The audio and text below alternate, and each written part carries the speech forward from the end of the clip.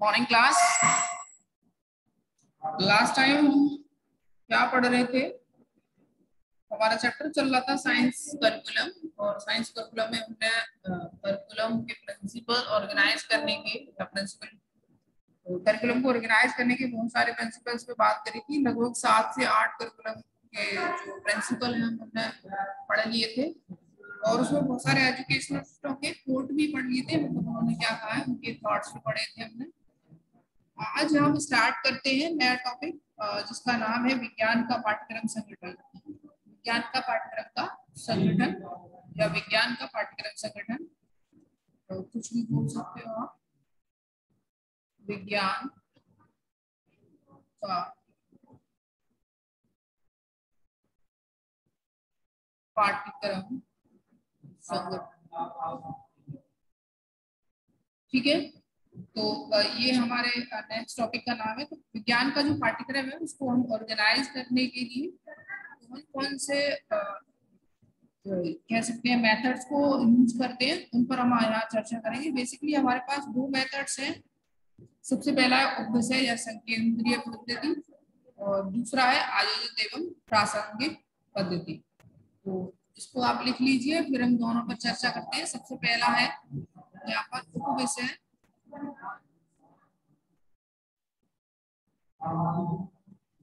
उपविषय एवं संकेंद्रित पद्धति। पद्धति से यहाँ मतलब मेथड से है।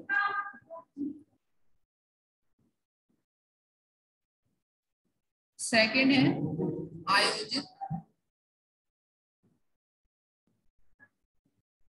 एवं प्रासंगिक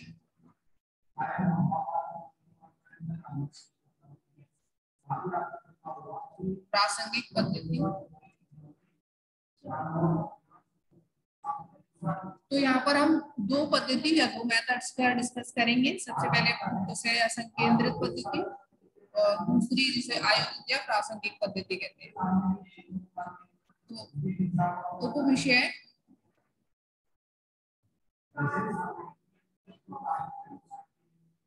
एवं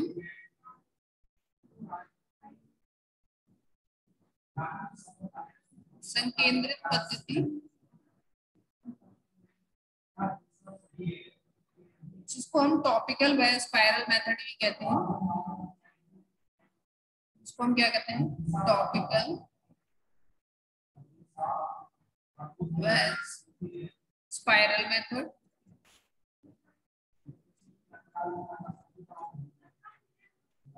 तो इसको समझिएगा। देखिए, सबसे पहले टॉपिकल मेथड की बात करते हैं। टॉपिकल मेथड में क्या होता है, इसके अंतर्गत हम विभिन्न कक्षाओं के लिए बालकों के जो भी छात्र हैं या बालक हैं, उनके मानसिक स्तर और आयु के अनुसार उप विषयों का निर्धारण करते हैं, और फिर क्या करते हैं, उस उप विषय में पूरी कक्षा तथा कक्षाओं को समाप्त कर दिया जाता है। जो भी हमने किसी भी सब्जेक्ट के सब टॉपिक्स बनाए हैं, उसके आधार पर सारे सिलेबस को हम उसके अकॉर्डिंग अरेंज करते हैं, और उसी में ही सारे सिलेबस को खत्म करने का प्रयास करते हैं। और उसके साथ ही हम क्या करते हैं, उनके वो जो उप विषय है उनके प्रश्नों को हल कराने का पर्याप्त अभ्यास कराते हैं, और उसी स्तर पर करा दिया जाता है कि जैसे ही मान लीजिए फर्स्ट सब टॉपिक खत्म हुआ या सब सब्जेक्ट खत्म हुआ, और उसके क्वेश्चन आंसर्स को हमने सॉल्व करवा दिया, प्रैक्टिस करवा दिया। तो ऐसा हम करते हैं इसमें टॉपिकल मेथड में। ऐसा हम टॉपिकल मेथड में करते हैं। तो आप देख लीजिए, सबसे पहले टॉपिकल मेथड। टॉपिकल मेथड, ठीक है।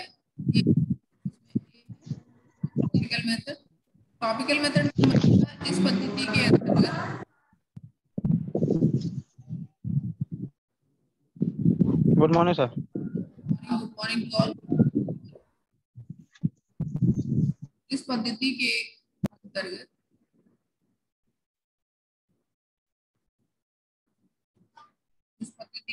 विभिन्न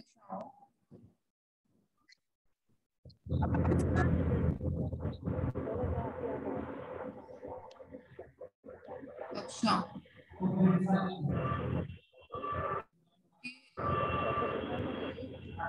बालकों के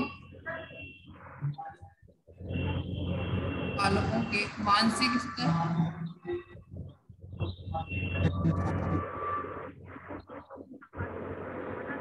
आयु,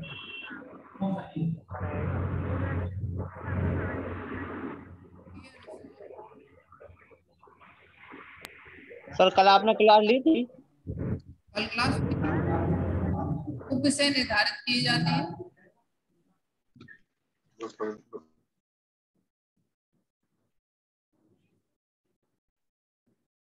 निर्धारित किए जाते हैं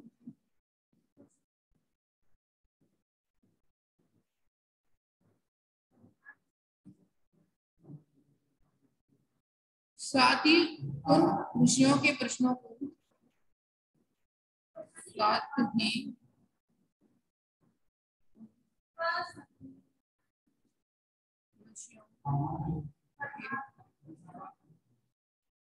प्रश्नों को हल कराने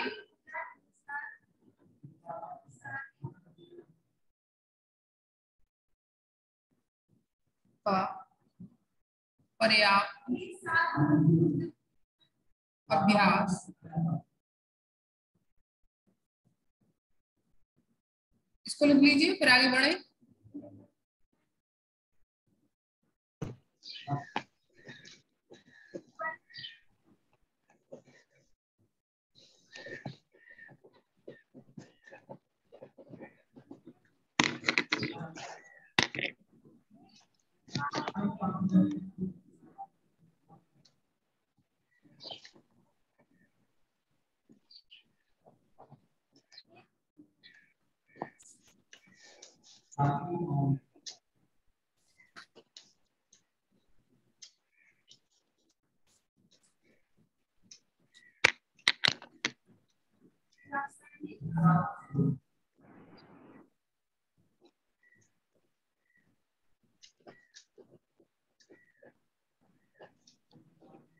हो गया, आगे बढ़े। रुक जाइए सर। करिए।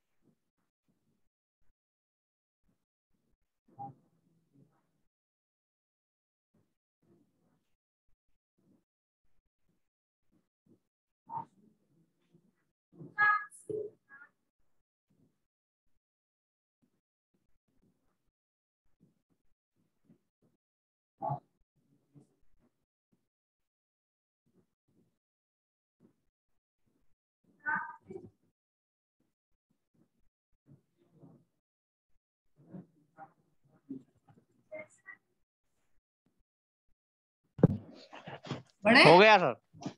ठीक है, जी सर। पर्याप्त अभ्यास कराया जाता है।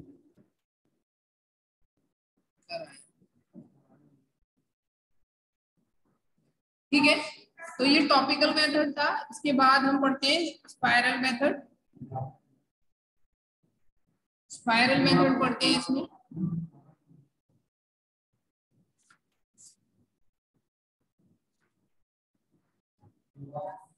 इसको बी लिखते हैं, स्पाइरल मेथड, या फिर इसे संकेंद्रीय विधि हम कहते हैं, संकेंद्रीय पद्धति।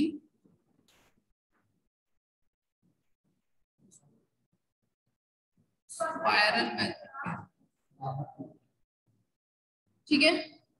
तो इस पद्धति के अंतर्गत क्या होता है, किसी भी विषय को किसी कक्षा विशेष में पढ़ाकर पूर्णतः समाप्त नहीं कर दिया जाता है, बल्कि बालकों की आयु के अनुसार या फिर उनकी मेंटल लेवल के अनुसार या मानसिक स्थिति के अनुसार विषयों को केवल उतने ही कठिन प्रश्न हल कराए जाते हैं जितने की वो समझ सके, जितने की उनकी मेंटल आयु है, मेंटल एज है, और जितना वो अंडरस्टैंड कर सकते हैं उसी के अनुसार हल कराया जाता है, जिससे बात को आसानी से समझ सके। फिर जैसे जैसे उनकी आयु और मानसिक स्तर बढ़ता है उसी प्रकार से हम उस विषय से रिलेटेड कुछ कठिन क्वेश्चंस और कुछ कठिन कॉन्सेप्ट उनको बताना प्रारंभ करते हैं। इसको आप ऐसे समझिएगा जैसे कि अब अगर थर्ड क्लास में साइंस पढ़ा रहे हैं तो हम सब बेसिक चीज रखेंगे, जैसे कि उनके आसपास से रिलेटेड कुछ चीज रखेंगे। जैसे जैसे क्लास बढ़ती जाएगी हम स्पेसिफिकेशन करते जाएंगे, हम टॉपिक्स को थोड़ा सा हार्ड करते जाएंगे। हम 8th क्लास में भी गति पढ़ाते हैं, हम 9th क्लास में भी गति पढ़ाते हैं, लेकिन उसका जो लेवल होता है, उसका जो कठिनाई का लेवल होता है, या फिर ये कहें उनके कॉन्सेप्ट्स का जो लेवल होता है थोड़ा सा टफ होता है। तो इसी प्रकार से हम स्पाइरल मेथड में करते हैं, वही स्पाइरल मेथड का एग्जाम्पल है जब हम कर्रिकुलम बनाते हैं। तो यहाँ पर लिखिएगा इस विधि, इस पद्धति में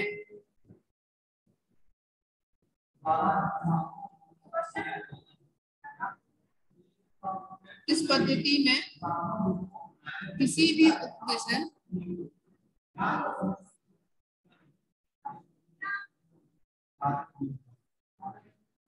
भी उपविषय को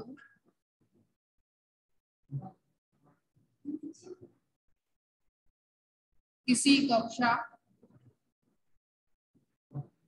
में पढ़ाकर पूर्णतः समाप्त नहीं किया जाता,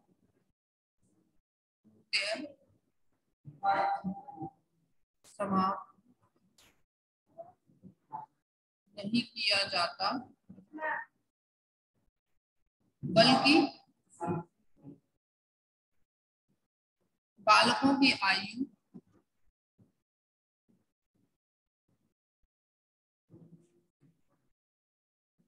और मानसिक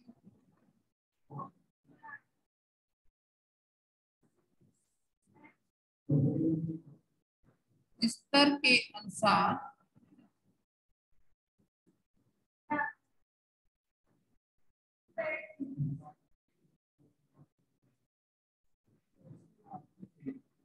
अनुसार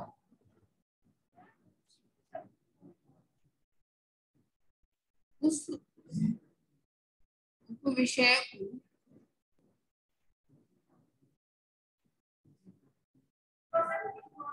केवल उतना ही पढ़ाया जाता है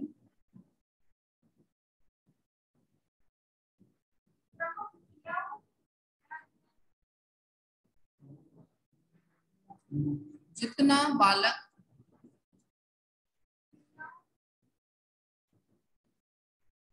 अपने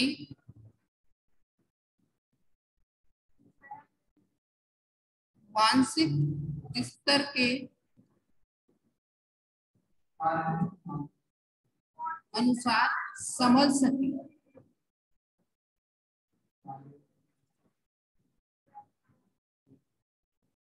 फिर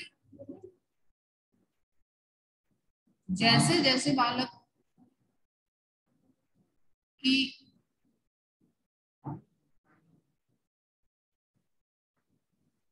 जैसे जैसे बालक की आयु सीमा या आयु स्तर, मानसिक स्तर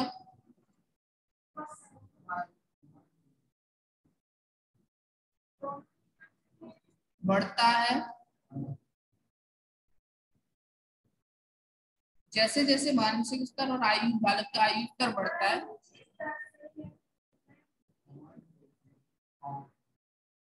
उसी क्रम में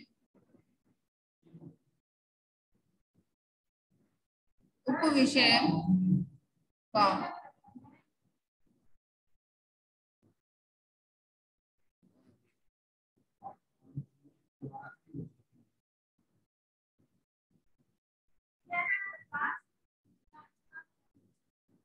कठिनाई स्तर बढ़ाकर पढ़ाया जाता है। ठीक है, तो ऐसा कुछ होता है स्पाइरल मेथड में, इसको आप लिख लीजिए। फिर नेक्स्ट के तरफ चलते हैं, हमारा सेकंड मेथड था जो भी लिख लिया आपने। हो गया था। हो गया सर। नेक्स्ट हमारा सेकंड मेथड था आयोजित एवं प्रासंगिक पद्धति। आयोजित एवं प्रासंगिक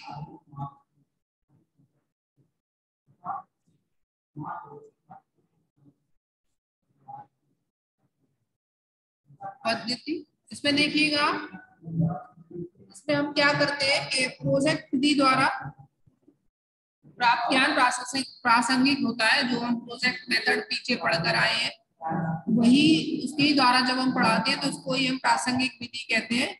प्रोजेक्ट प्रणाली के बारे में हरवट ने कहा है कि संगठनों का ये परिणाम होता है, विषय संगठनों का परिणाम होता है। इसमें एक विषय को केंद्र मानकर पढ़ाया जाता है और उससे पढ़ाते समय जो अन्य विषय पढ़ाए जाते हैं वो अकस्मात ही पढ़ाए जाते हैं, यद्यपि पढ़ाने वाले ने इसके लिए कोई पहले से अपना कोई प्लान नहीं बनाया होता है कि हाँ हम उसको भी कवर करेंगे, इसको पढ़ाते समय हम उस चीज को भी कवर करेंगे या किसी और चीज को भी कवर करेंगे। या ये समझिएगा जैसा कि हमने प्रोजेक्ट मेथड में बात करी थी चीजों को पढ़ाने की कि प्रोजेक्ट मेथड में हम कैसे पढ़ते हैं, तो उसी प्रकार से प्रोजेक्ट मेथड को ही हम एक तरह से प्रासंगिक विधि कहते हैं, प्रासंगिक मेथड कहते हैं। इसमें इसको एक एग्जाम्पल के थ्रू और समझिए, जैसे कि मान लीजिए हमें किसी भी क्लास में एक मुख्य रूप से कोई टॉपिक पढ़ाना है, जैसे कि भाखड़ा नागल का जो डैम है उसके बारे में पढ़ाना है, हमें भाखड़ा डैम के बारे में पढ़ाना है। तो हम जब उसको भाखड़ा डैम के बारे में पढ़ाएंगे तो हमारा मेन टॉपिक क्या है, भाखड़ा डैम है, ठीक है।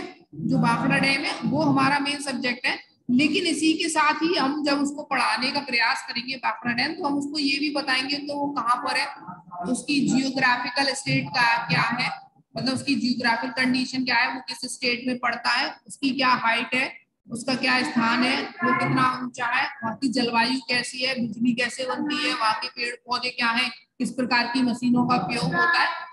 तो हमारा मेन एम या फिर ये कहें कि मेन सब्जेक्ट तो भाखड़ा डैम था, लेकिन इसके साथ हम उसको जियोग्राफी भी पढ़ा रहे हैं कि उसका वो किस स्टेट में पाया जाता है, किस कहाँ से कहाँ तक की क्या दूरी है, और हम उसको उसकी हिस्ट्री भी पढ़ा रहे हैं कि वो कब बना, कैसे बना, और हम उसको टेक्नोलॉजी भी पढ़ा रहे हैं कि कैसे लाइट बनती है। तो ये सारी चीजें पढ़ाते हैं, तो ये उप विषय हो जाते हैं। तो इस प्रकार से ये प्रासंगिक पद्धति में हम ये पढ़ाते हैं कि एक मेन सब्जेक्ट के साथ हम मेन टॉपिक के साथ हम बाकी सारी चीजों को भी कवर कर पाते हैं, तो उसको हम प्रासंगिक पद्धति कहते हैं, ठीक है।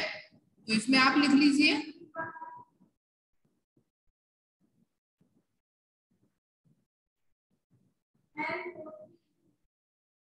प्रोजेक्ट विधि द्वारा प्राप्त ज्ञान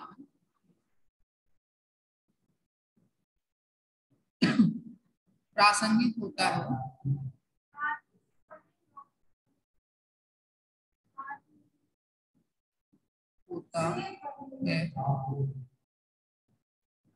इसमें क्या करते हैं हम, इसमें एक विषय को केंद्र मानकर विषय को केंद्र मानकर पढ़ाया जाता है।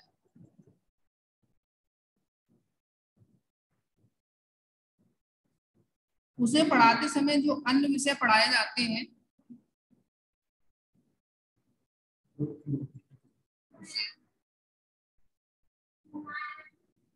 समय जो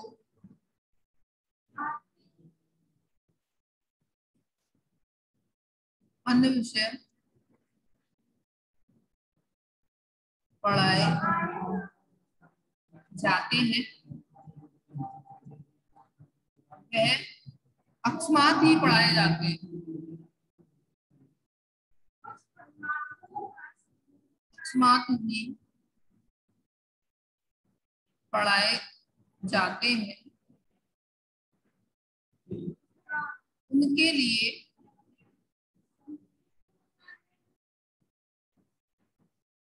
अध्यापक के पास पहले से कोई प्लान नहीं होता, पहले से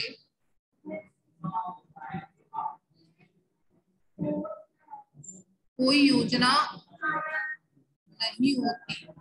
ठीक है, तो जो भी वो पढ़ा रहे हैं, जैसे कि हमने अपने भाखड़ा नागल डैम का उदाहरण लिया, तो हमारा main subject Bhakra Nangal dam था, लेकिन उसके साथ ही हमने उसको हिस्ट्री भी बता दिया, जियोग्राफी भी बता दिया, टेक्निकल टर्म्स भी बता दिए, और हमने ये भी बता दिया बिजली किस प्रकार से बनती है। तो ये सारे उसके अलग सब्जेक्ट्स थे, लेकिन फिर भी हमने उसको कंबाइन करके यहाँ पर बता दिया। ठीक है,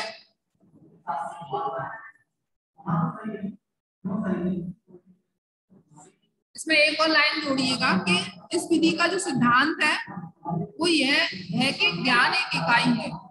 समझ रहे हो आप, जो नॉलेज है वो एक यूनिट है और इसके विभिन्न अंग नहीं होते। ज्ञान इकाई के रूप में ही देना चाहिए, एक यूनिट के फॉर्म में देना चाहिए। और इस विधि में यह उम्मीद की जाती है कि विद्यार्थी ज्ञान के सभी जो भी पार्ट है उनसे परिचित होएगा। इस विधि का खेल विधि के साथ भी बहुत ही अच्छा रिलेशन है, जैसे कि विद्यार्थी, डाकिया, दुकानदार, बैंक बाबू, रेल बाबू संबंधित खेल विषयों से सीखे जा सकते हैं। और इसी प्रकार से जब हम स्कूल में प्रोजेक्ट चलाए जाते हैं तो विद्यार्थी अपने मेन सब्जेक्ट के साथ ही और अन्य बाकी के जो विषय होते हैं उनको भी समझने का वो प्रयास करता है और समझ पाता है। ठीक है, तो इसमें एक लाइन जोड़ लीजिएगा,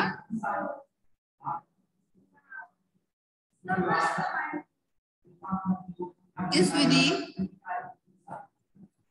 का सिद्धांत यह है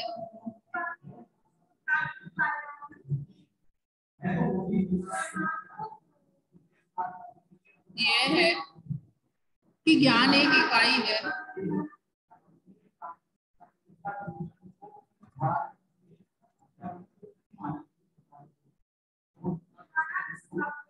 ज्ञान एक इकाई है, इसे इसके विभिन्न अंग नहीं है, इसके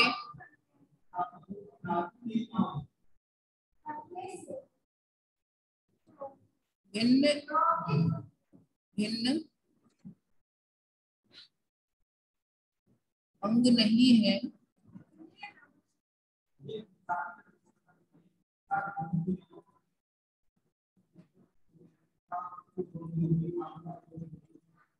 इस विधि में यह आशा की जाती है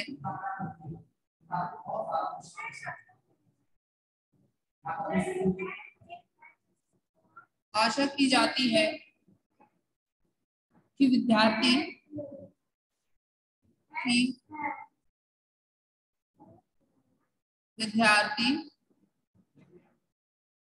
ज्ञान के सभी अंगों से परिचित होगा,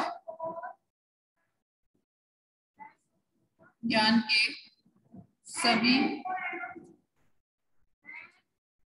अंगों से परिचित होगा। ठीक है, इसको आप लिख लीजिए।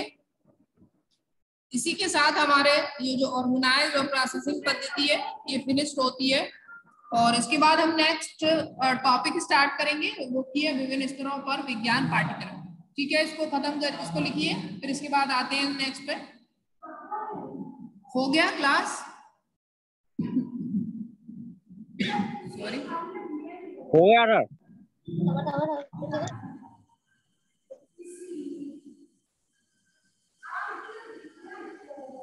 हाँ, तो नेक्स्ट हमारा टॉपिक आता है विभिन्न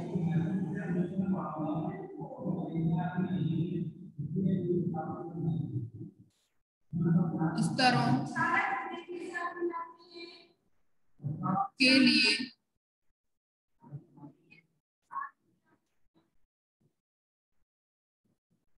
विज्ञान पाठ्यक्रम।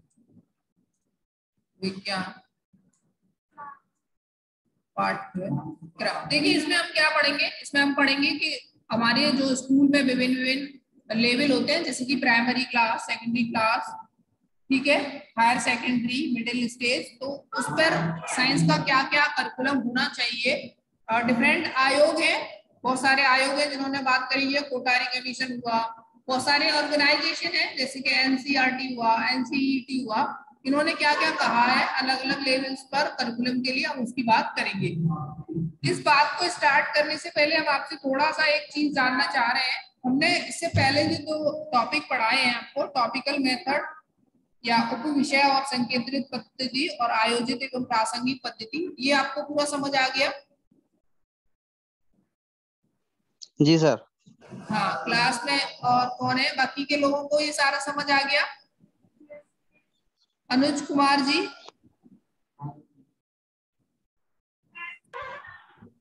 हमने जो भी बताया आपको समझ आ गया?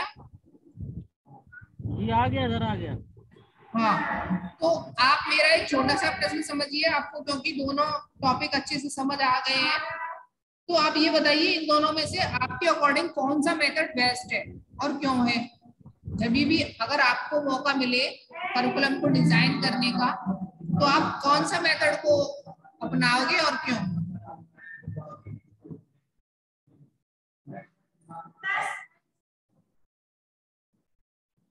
बोलिए। सर टॉपिकल मेथड और स्पाइरल मेथड को। टॉपिकल स्पाइरल को अपनाओगे? कौन बोल रहा है, प्लीज अपना नाम बताइए। सुशील कुमार सर। सुशील कुमार जी, अच्छा। हमने ये पूछा कि कौन सा उपयोग करोगे और क्यों करोगे। अच्छा, ऐसा क्या है इस टॉपिकल और स्पाइरल मेथड में जो बाकी के में नहीं है, आयोजित और प्रासंगिक? सर टॉपिकल मेथड में ये है कि सर बच्चों को उसकी उनकी आयु के हिसाब से उनके दिमाग पे लोड दिया जाएगा। Very good. और सर वो इसमें जो है अपने वो टारगेट बना के भी काम किया जा सकता है कि जैसे जो टॉपिक टीचर को समझाना है पहले वो अच्छे से एक्सप्लेन करेगा तो बच्चे के समझ में भी आएगा, और इसके हिसाब से जो पढ़ाएगा वो बच्चों के माइंड दिमाग पे जो है ज्यादा जोर भी नहीं पड़ेगा। बहुत बढ़िया सुशील कुमार जी। और नेक्स्ट हमारे अनुज कुमार।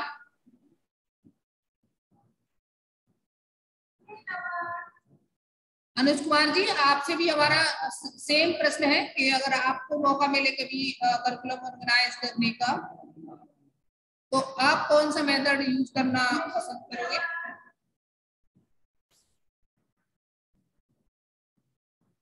बोलिए, जल्दी बोलिए, फिर हम आज इसको खत्म कर लेंगे, फिर नेक्स्ट चैप्टर स्टार्ट कराने की कोशिश करेंगे अगर आज ये खत्म हो जाता है तो। अनुज कुमार जी, चलिए, नहीं बोल रहे हैं, नाराज लगते हैं शायद। हम अब पढ़ते हैं कि भिन्न भिन्न स्तरों पर, जैसे कि हमने आपसे बात करी कि प्राइमरी स्तर पर या मिडिल स्टेज। सर ये नया टॉपिक है या नया लेसन है? नहीं, ये नया टॉपिक है इसी के अंदर। देखिए, विज्ञान पाठ्यक्रम लिखा है ना लास्ट में, तो हम ये पढ़ रहे हैं कि जी विभिन्न स्तरों पर, मतलब कि अगर प्राइमरी में हमें साइंस पढ़ानी है तो हमें किस प्रकार का करिकुलम रखना पड़ेगा, अगर हमें सेकेंडरी क्लासेस में साइंस पढ़ानी है तो वहां पर हमें करिकुलम में क्या क्या चीजें रखनी होंगी, वो हम पढ़ेंगे। ठीक है, तो जी सर। सबसे पहले हम पहले नंबर पे बात करें प्राइमरी स्तर पर। अगर प्राइमरी क्लासेस में हम साइंस की बात करते हैं कि प्राइमरी क्लासेस में हम साइंस की कौन कौन सी चीजें बच्चों को पढ़ाएंगे, तो उस पर हम क्या क्या रख सकते हैं। तो देखिए, क्योंकि प्राइमरी क्लासेस में बच्चे बहुत छोटे होते हैं, तो औपचारिक शिक्षा इस प्रथम स्तर पर विज्ञान को समान रूप से सामान्य विज्ञान अर्थात हम साधारण विज्ञान के रूप में इनको बताते हैं, एक साधारण विज्ञान के रूप में उनको पढ़ाते हैं। इस समय बालकों जो भी है, मान लीजिए अगर प्राइमरी का बालक है और अगर प्राइमरी की पहली कक्षा का बालक है, तो जाहिर सी बात है वो 5 साल से छोटा ही होगा। और ये समझा जाता है साइंटिफिकली भी कि अगर 5 साल से छोटा बालक है तो उसके बालक के जो मस्तिष्क है उसका पूर्ण विकास नहीं होता, 5 साल तक के बच्चे का पूर्ण विकास हो जाता है। तो उसको हम ध्यान में रखते हुए यहाँ पर चीजों को पढ़ाते हैं। और इसमें देखिए हमें पढ़ाना क्या क्या है। हमें बालकों को मुख्य रूप से सामाजिक, भौतिक और जैविक वातावरण को समाहित करते हुए कुछ ऐसा पढ़ाना है जिससे उसके व्यक्तिगत स्वास्थ्य और स्पेशली अगर हम बात करें तो वो अपना जो पर्सनली हाइजीन है या फिर उसका व्यक्तिगत जो स्वास्थ्य है उस पर ध्यान दे सके, और सफाई को महत्वपूर्ण स्थान देते हैं। हम बताते हैं ना छोटे बच्चों को, नेल काटो, अपने नाखून काट कर आओ और नहा कर आओ डेली, अपना बाल ठीक से काट कर आओ, अपने कपड़े साफ रखा करो, अपनी मदर जो भी है उनकी माता जी है या और कोई जो भी घर में, वो उनसे बोलो कि साफ कपड़े आपको प्रोवाइड करवाएं। तो ये हम साइंस में ही उनको पढ़ाते हैं। ठीक है, और इसके अलावा हम उनको क्या पढ़ा सकते हैं, इसके अलावा हम उनको पेड़ पौधे तथा जंतुओं के बारे में बता सकते हैं। अगर आपने प्राइमरी कक्षाओं में कभी पढ़ाया होगा या किसी स्कूल में अगर आपने पढ़ाया होगा,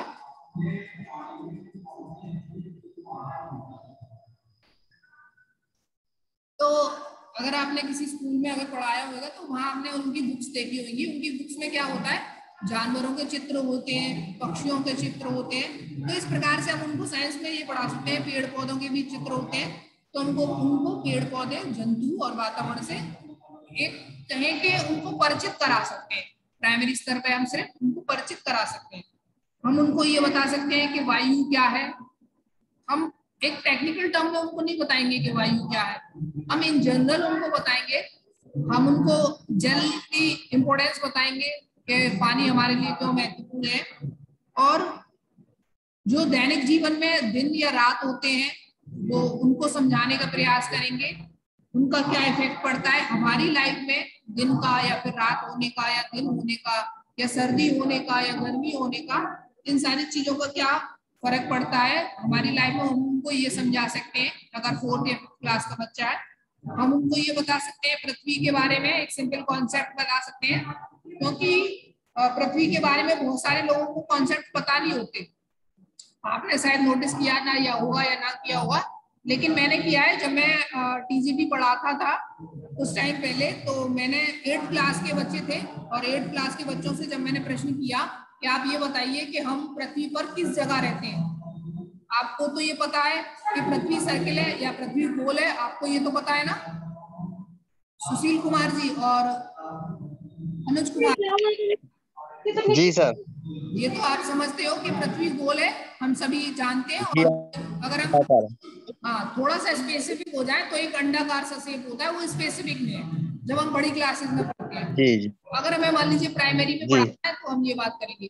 मैं अपना एक्सपीरियंस बता रहा था कि जब मैं टीजीटी पढ़ाता था तो 8th क्लास के बच्चा था एक, मैंने उससे पूछा कि अगर मान लीजिए, ये देखिए स्क्रीन पे देखिएगा, प्रश्न मैं आपसे भी करता हूँ कि मान लीजिए ये पृथ्वी है, आप पृथ्वी समझ पा रहे होंगे, और ये ठीक है। अब हम इस पृथ्वी के यहाँ रहते हैं, मान लीजिए ये कोई मनुष्य है, या फिर हम इस पृथ्वी के यहाँ पर रहते हैं, आप बता सकते हो कौन सा राइट है, ये वाला नंबर 1 या नंबर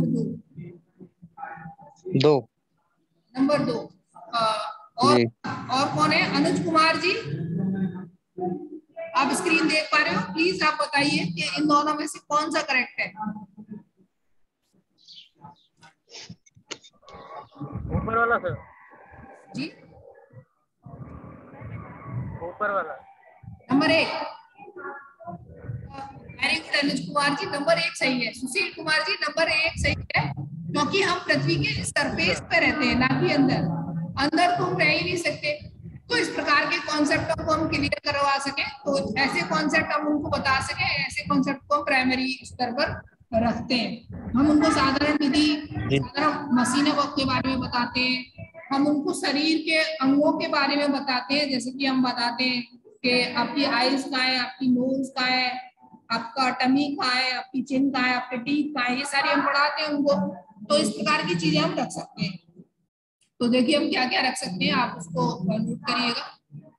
सबसे पहले पेड़ पौधे,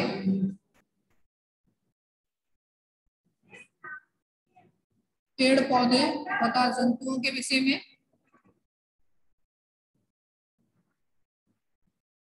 तथा जंतुओं के विषय में। दूसरा हम वायु, तीसरा जल के विषय में, चौथा मौसम,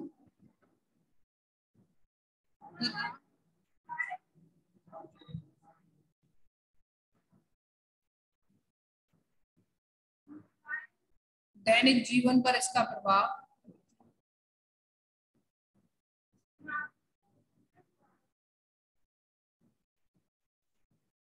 इसका प्रभाव। पांचवा पृथ्वी के बारे में पढ़ा सकते हैं। पृथ्वी के बारे में मतलब एकदम से उनको डीप कॉन्सेप्ट नहीं पढ़ाएंगे, पृथ्वी का बस जस्ट इंट्रो पढ़ाएंगे हम उनको। नेक्स्ट हम क्या पढ़ा सकते हैं, साधारण मशीनें पढ़ा सकते हैं उनको। ठीक है, साधारण मशीन में हम कैंची पढ़ा सकते हैं उनको, या स्केल के बारे में बता सकते हैं, पेंसिल के बारे में बता सकते हैं, साधारण मशीन है। नेक्स्ट हम शरीर की देखभाल के बारे में बता सकते हैं, और शरीर के बाकी के जो पार्ट हैं, हम शरीर के जो अंग हैं उनके बारे में, बॉडी पार्ट्स के बारे में हम उनको पढ़ाते हैं। ठीक है, और हम नेक्स्ट क्या पढ़ाते हैं, रोमन अक्षर के बारे में पढ़ा सकते हैं। रोमन अक्षर आप जानते होंगे, रोमन अक्षर पढ़ा सकते हैं। तो ये हम प्राइमरी स्तर पर पढ़ा सकते हैं। तो इस प्रकार से हमने ये चैप्टर लगभग कंप्लीट कर लिया है, और अगली क्लास में हम इसको खत्म करने का पूरा प्रयास करेंगे। अगर नहीं हुआ तो फिर आगे हम क्लास लेंगे। तो अभी तक कोई समस्या इस चैप्टर को समझने में? नहीं सर। जी, तो धन्यवाद क्लास, और अगली क्लास में हम आगे फिर इस टॉपिक को कंटिन्यू करेंगे। हम मिडिल स्तर पे, मध्य स्तर पे क्या पढ़ाया जाना चाहिए वो उसको डिस्कस करेंगे, और उच्च प्राथमिक या फिर उच्च क्लासेस में या उच्च कक्षाओं में क्या क्या पढ़ाना चाहिए उस पर बात करेंगे। धन्यवाद क्लास। Thank you sir.